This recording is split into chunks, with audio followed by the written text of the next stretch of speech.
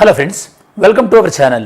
ఈరోజు మనకు బిఆర్ అంబేద్కర్ గారి యొక్క వర్ధంతి సందర్భంగా ఒకసారి మనం బిఆర్ అంబేద్కర్ గారు మన భారతదేశ రాజ్యాంగానికి చేసినటువంటి కృషిని, అలానే మన భారతదేశంలో వెనుకబడినటువంటి వర్గాలు ఎవరైతే ఉన్నారో వాళ్ళ కోసం చేసినటువంటి అశేషమైనటువంటి కృషిని ఒకసారి మనం తెలుసుకోవడానికి ట్రై చేద్దాం.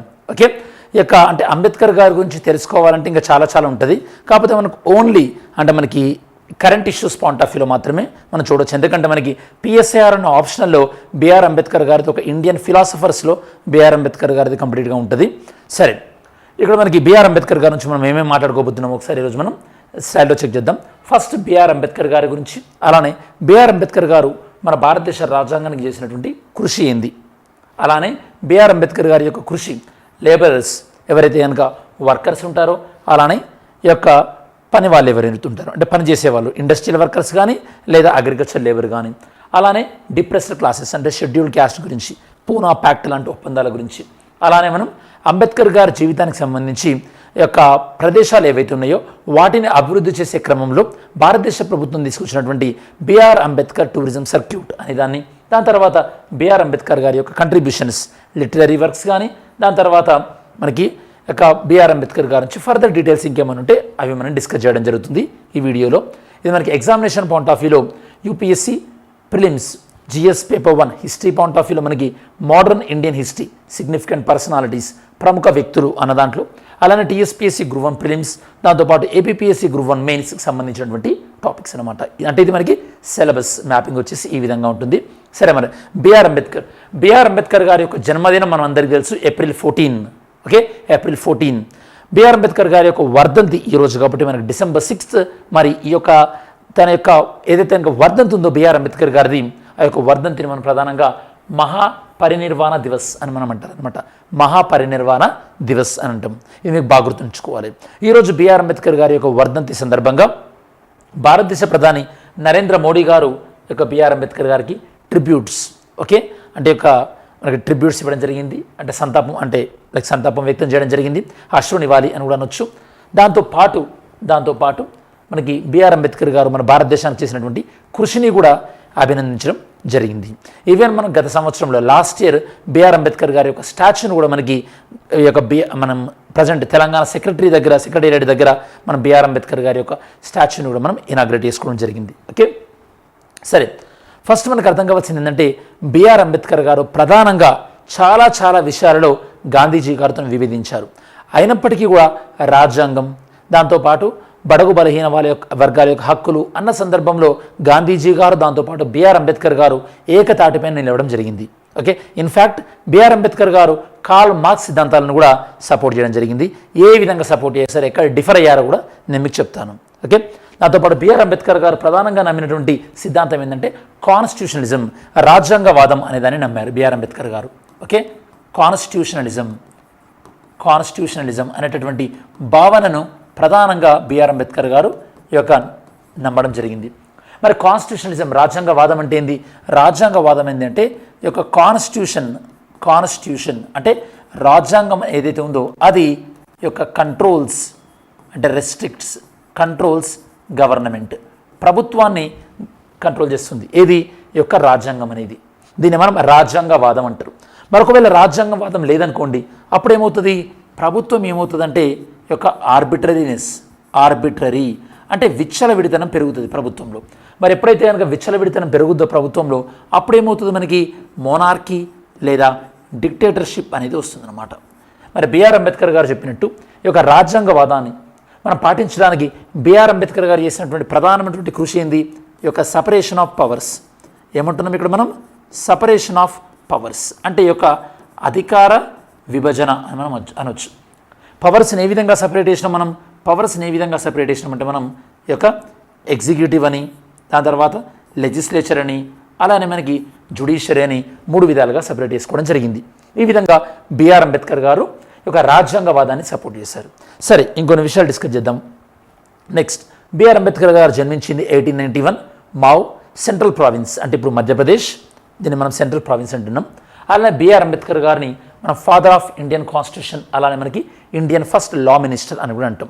మీకు గుర్తుండాలి, బిఆర్ అంబేద్కర్ గారు తను ప్రతిపాదించినటువంటి హిందూ కోడ్ బిల్ ఏదైతే ఉందో దాన్ని రాజ్యాంగ పరిషత్తు యాక్సెప్ట్ చేయలేదు అని చెప్పేసి, అంటే కాన్స్టిట్యూంట్ అసెంబ్లీ యాక్సెప్ట్ చేయలేదు అని చెప్పేసి బిఆర్ అంబేద్కర్ గారు దానికి నిరసనగా రాజీనామా కూడా చేయడం జరిగింది. ఆ విషయం కూడా మనం గుర్తుపెట్టుకోవాలి. దాని తర్వాత బిఆర్ అంబేద్కర్ గారు డ్రాఫ్టింగ్ కమిటీకి చైర్మన్గా కూడా వ్యవహరించారు. డ్రాఫ్టింగ్ కమిటీ అంటే ముసాయిదా కమిటీ అని మీనింగ్. ఆ ముసాయిదా కమిటీకి అంటే డ్రాఫ్టింగ్ కమిటీకి చైర్మన్గా ఉన్నప్పుడే బిఆర్ అంబేద్కర్ గారు ప్రపంచంలో ఉన్నటువంటి వివిధ రాజ్యాంగాలను పరిశీలించి వివిధ రాజ్యాంగాల్లోని అత్యున్నతమైనటువంటి అంశాలను తీసుకొని మన భారతదేశ రాజ్యాంగంలో పొందుపరచడం జరిగింది.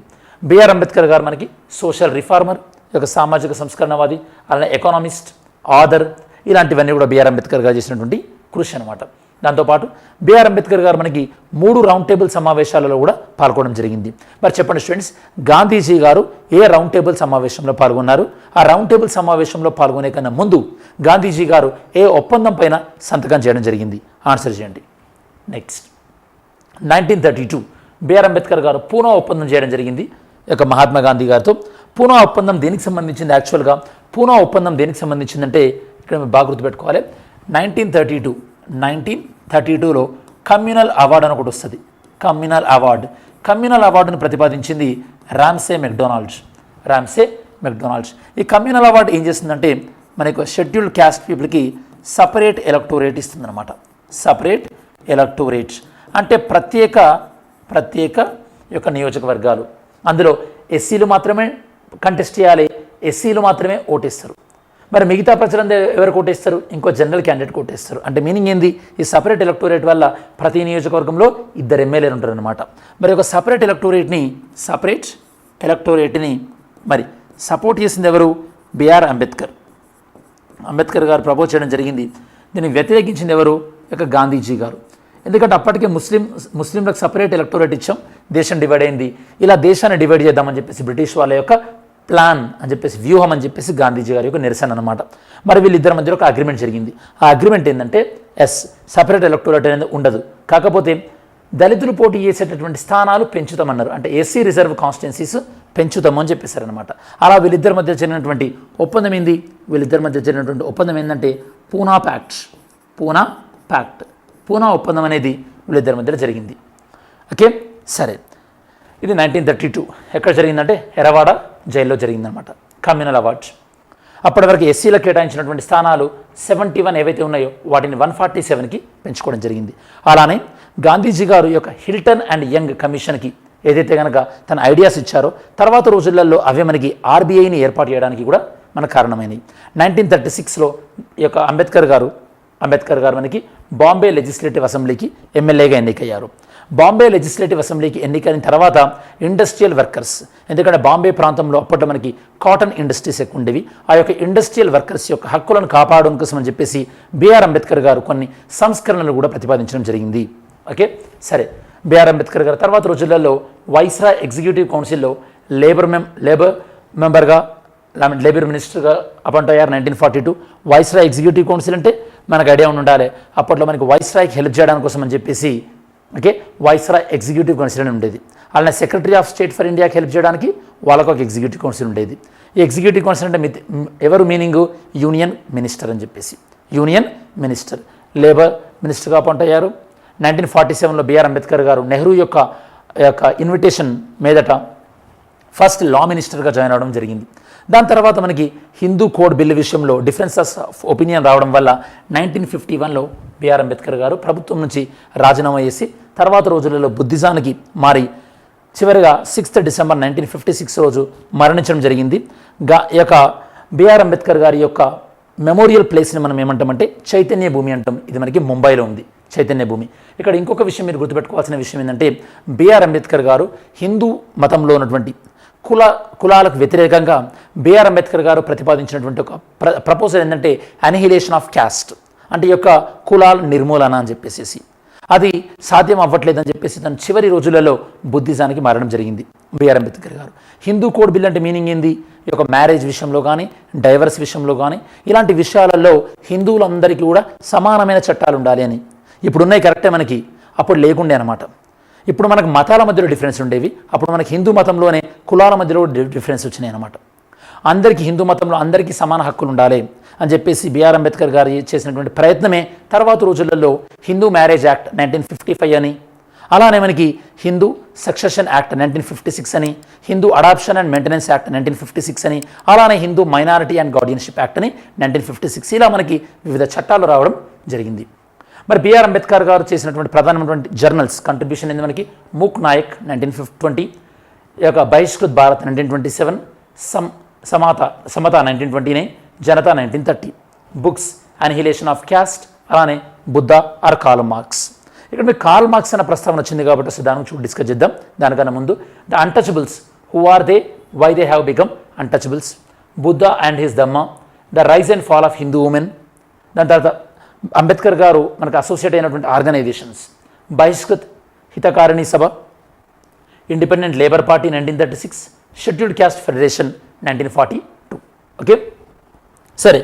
మనకి బిఆర్ అంబేద్కర్ గారు అండ్ కార్ల్ మార్క్స్ గురించి ఒకసారి మనం డిస్కస్ చేస్తే, ఇక అంబేద్కర్ గారు, ఓకే, అంబేద్కర్ గారు మనకి కొన్ని విషయాలలో కార్ల్ మార్క్స్, ఓకే, కొన్ని విషయాలలో కార్ల్ మార్క్స్ని సపోర్ట్ చేశారు. ఇది మీకు పొలిటికల్ సైన్స్ ఆప్షనల్లో వస్తుంది. కొన్ని విషయాల్లో కార్ల్ మార్క్స్ని సపోర్ట్ చేశారు. ఏ విషయంలో? ఈ యొక్క సొసైటీ ఎక్స్ప్లాయిటేషన్, సమాజంలో ఉన్నటువంటి సొసైటీ ఎక్స్ప్లాయిటేషన్, సమాజంలో ఉన్నటువంటి దోపిడీ విషయంలో కార్ల్ మార్క్స్, బిఆర్ అంబేద్కర్ గారు ఒకటే లైన్ తీసుకోవడం జరిగింది. ఎందులో అపోజ్ చేశారు? కార్ల్ మార్క్స్ ప్రధానంగా క్లాస్ స్ట్రగుల్, అంటే ఉన్నవాడు లేదా లేనివాడు, ఈ యొక్క క్లాస్ స్ట్రగుల్ గురించి మాత్రమే మాట్లాడారు. బిఆర్ అంబేద్కర్ గారు క్యాస్ట్ స్ట్రగుల్ గురించి మాట్లాడారు. అలానే ఈ యొక్క కార్ల్ మార్క్స్ ప్రధానంగా దృష్టి పెట్టింది ఏంటంటే, యొక్క స్టేట్లెస్ అంటే ప్రభుత్వం అనేది ఉండకూడదు, ప్రభుత్వాలు ఉండకూడదు అని చెప్పేసి. బిఆర్ అంబేద్కర్ గారు ఏమంటారు? స్టేట్ అనేది ఉండాలి, స్టేట్ నెససరీ, స్టేట్ అనేది ఉండాలి. ఎందుకు?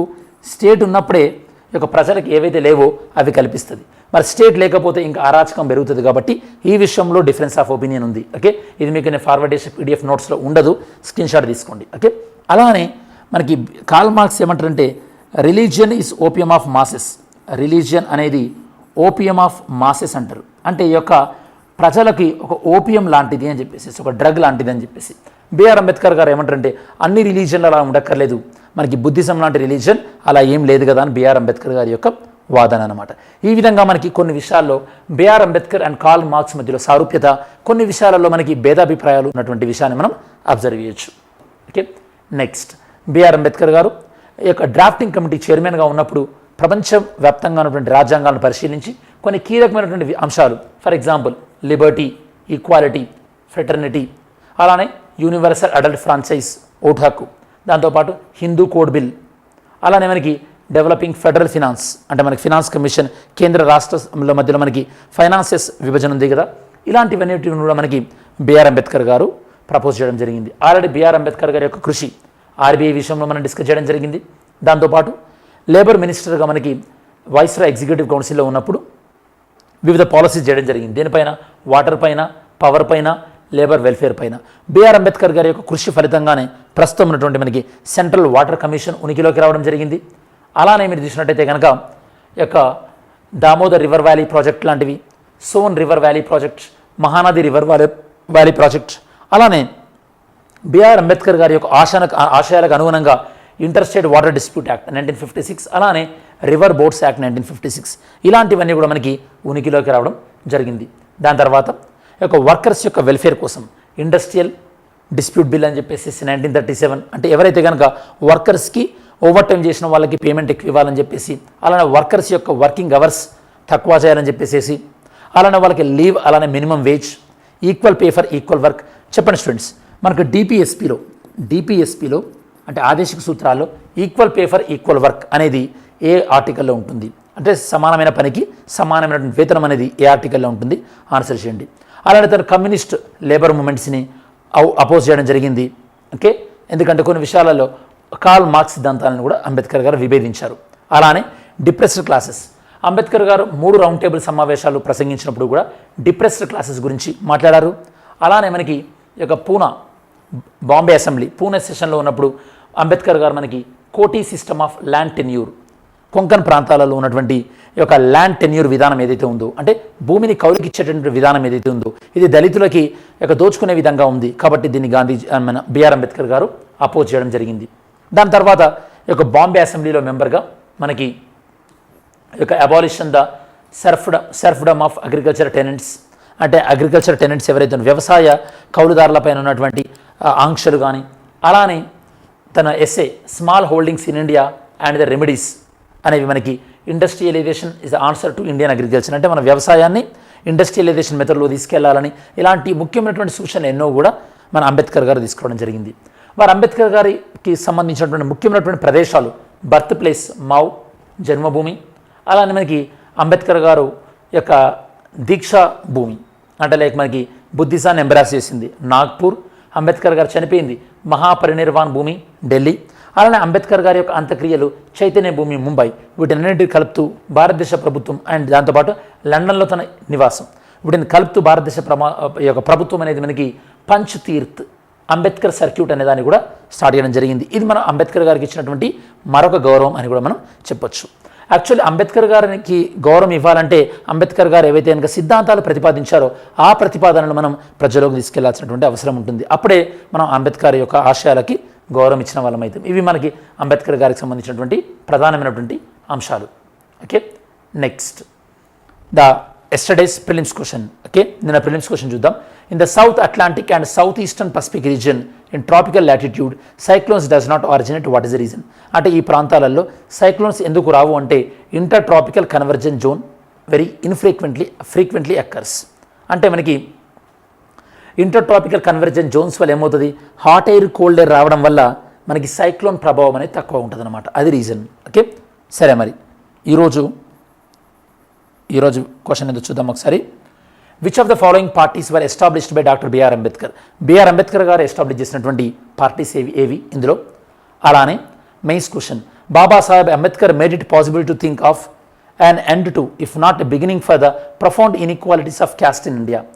అండ్ కామెంట్స్, బిఆర్ అంబేద్కర్ గారు మనకి క్యాస్ట్లో ఉన్నటువంటి ఇనీక్వాలిటీస్ గురించి చెప్పడం జరిగింది. వాటి గురించి యొక్క మీ ఒపీనియన్ ఏంది? అంటే క్యాస్ట్లో ఇనీక్వాలిటీసే సామాజిక అసమానతలకు కారణమని బిఆర్ అంబేద్కర్ గారు అంటున్నారు. సో మరి ఈ వీడియో ఎండింగ్లోకి వచ్చాము కాబట్టి ఈ వీడియోలో మనం ప్రధానంగా డిస్కస్ చేసినటువంటి అంశాలు ఏంది?